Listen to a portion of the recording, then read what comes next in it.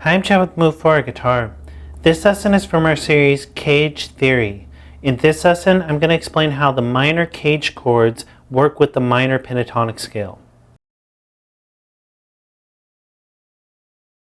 First off, if you like all the diagrams for this series, including the diagrams for this lesson, you can download our free e-guide, CAGED Theory. But I am working on it as I'm filming this lesson, so it might not be available as you're watching this lesson. If it is available, a link will pop up on the screen that'll allow you to download it. And like I said, it's free, so there's no reason not to download it when it is available. This is part 9 from our series, CAGED Theory. If you'd like to go back and start at the beginning, you can click the link on the screen. So in the last lesson, we looked at how all of the major CAGED chords fit with the major pentatonic scale. In this lesson, we're going to do the same thing, but with the minor CAGED chords with the minor pentatonic scale.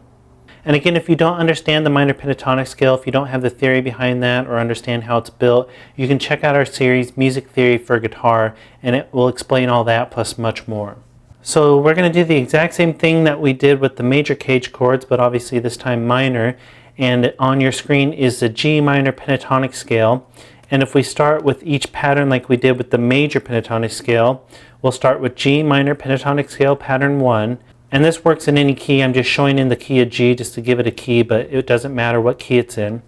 So within pattern 1, you would have the E minor shape. So since we're in the key of G, this is a G minor bar chord with the E minor shape.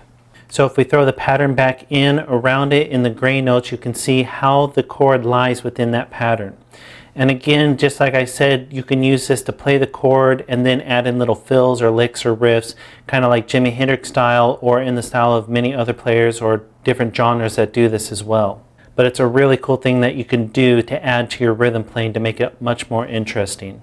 And this will help you visualize the chord quickly within these shapes so that you can play the chord and then throw in some of these notes to add some cool licks. So that's the chord that fits within pattern 1. In pattern 2, you would have the D minor shape. So this is a G minor chord using the D minor shape. So if you throw the pattern in back around that, you can see the notes that are available to you if you were to play the chord, and then if you wanted to throw in some licks, what notes you have available. And you can see how that chord fits easily within that pattern.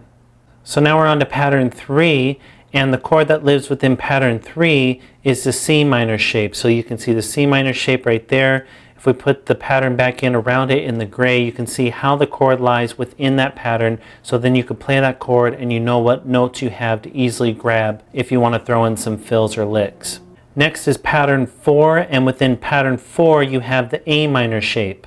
So if we throw the notes back in around it, the pattern notes, you would see those in gray, and you can see the A minor shape, which we're in the key of G, so that's a G minor bar chord using the A minor shape. You could play that chord.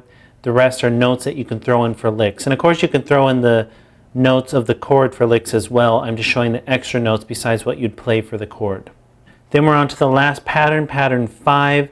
So within the minor pentatonic scale pattern 5, you have the G minor bar chord shape. So we're in the key of G. This is a G minor using the G minor shape. So if we throw the notes of the pattern back in, you can see the chord living within that pattern.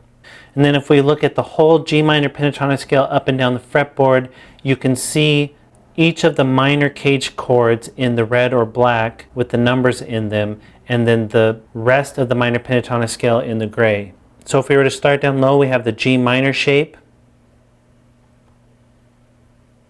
Here's the E minor shape,